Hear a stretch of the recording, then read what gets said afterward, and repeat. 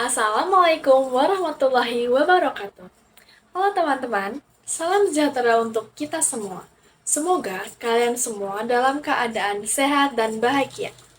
Terima kasih sudah meluangkan waktu untuk menonton video ini. Sebelum saya memasuki materi yang akan saya bahas, coba kita mulai dengan satu pertanyaan sederhana. Pernah nggak sih saat scroll marketplace atau media sosial, kalian menemukan produk dengan nama seperti Soul Milk, Debak Snack, Extra Korean Authenticity, Korean Jeju Edition, atau Soul Fried Chicken? Padahal setelah dicek, produk tersebut diproduksi di Indonesia, dijual oleh UMKM lokal, dan bahkan tidak ada hubungannya langsung dengan Korea Selatan.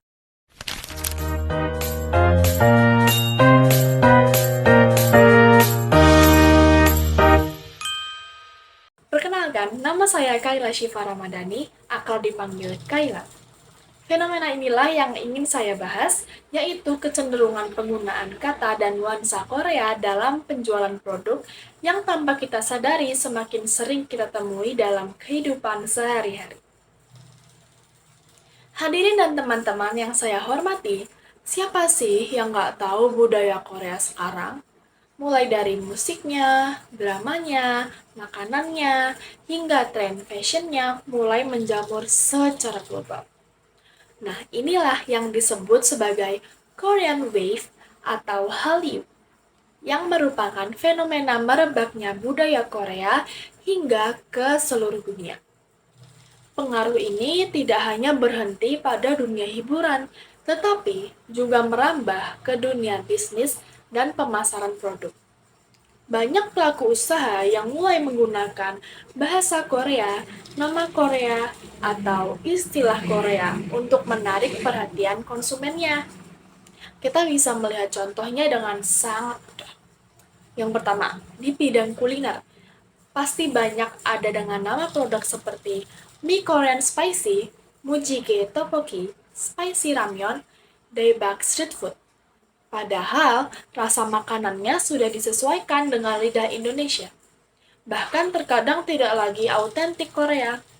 Lalu yang kedua, ada di bidang kecantikan dan skincare. Di sini, fenomenanya lebih kuat lagi.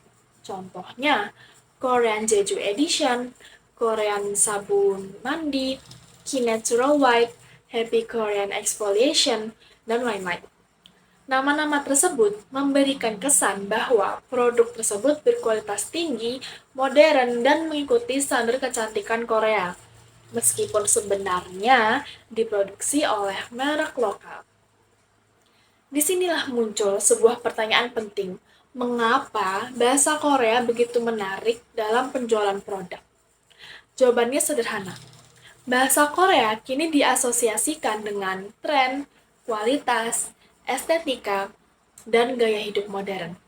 Penggunaan kata seperti opa, oni, cinggu, atau debak dianggap mampu meningkatkan daya tarik produk secara instan. Konsumen merasa produk tersebut lebih kekinian, lebih populer, dan lebih banyak dibeli. Namun, di balik strategi pemasaran tersebut, terdapat permasalahan kebahasaan yang seringkali tidak kita sadari. Yang pertama, bahasa Indonesia perlahan tersisih di ruang promosi produk lokal. Padahal, bahasa Indonesia memiliki kosakata yang kaya dan mampu menyampaikan makna dengan jelas dan menarik. Tapi sayangnya, kosakata tersebut seringkali dianggap kurang menjual. Lalu yang kedua, banyak konsumen menggunakan istilah Korea tanpa benar-benar memahami maknanya. Sebagai contoh, kata opa dan oni dalam budaya Korea itu memiliki konteks sosial dan hubungan usia yang spesifik. Namun, dalam dunia pemasaran, kata-kata tersebut malah digunakan secara bebas hanya demi kesan lucu ataupun kesan menarik. Lalu yang ketiga, terjadi pergeseran identitas bahasa. Ketika produk lokal lebih percaya diri menggunakan bahasa asing daripada bahasa sendiri, secara tidak langsung, hal ini membentuk pola pikir bahwa bahasa Indonesia kurang prestisius. Padahal, bahasa Indonesia bukan hanya sekedar alat komunikasi, tetapi juga sebagai identitas nasional. Bahasa Indonesia menyatukan berbagai latar belakang budaya, suku, dan daerah di negeri ini. Perlu dipahami juga bahwa menggunakan bahasa Korea bukanlah hal yang sepenuhnya salah. Bahasa asing dapat digunakan sebagai strategi pemasaran. Selama itu tidak menyingkirkan bahasa Indonesia, tidak menyesatkan konsumen, dan tetap menempatkan bahasa Indonesia sebagai bahasa utama. Namun, masalahnya bukan hanya pada kata Koreanya, melainkan pada ketergantungan berlebihan dan kurangnya kesadaran berbahasa. Bayangkan, jika suatu saat nanti kita lebih hafal arti debak daripada kata hebat, atau lebih bangga menyebut glow ala Korea daripada cantik alami Indonesia. Tanpa kita sadari, bahasa Indonesia hanya menjadi pelengkap, bukan tuan rumah di negerinya sendiri. Teman-teman yang saya hormati, melalui pidato ini, saya tidak mengajak kita untuk menolak budaya asing atau berhenti mengapresiasi Korea. Namun, saya mengajak kita untuk lebih bijak dan sadar dalam berbahasa, terutama dalam dunia bisnis dan promosi produk.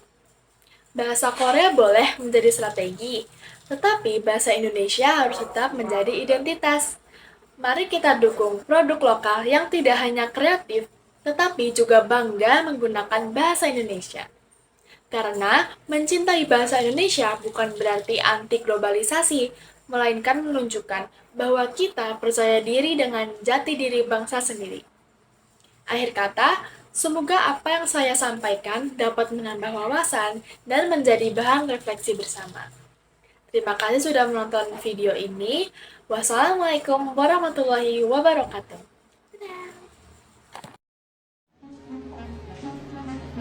All that work and what did it get me? Why did I do it?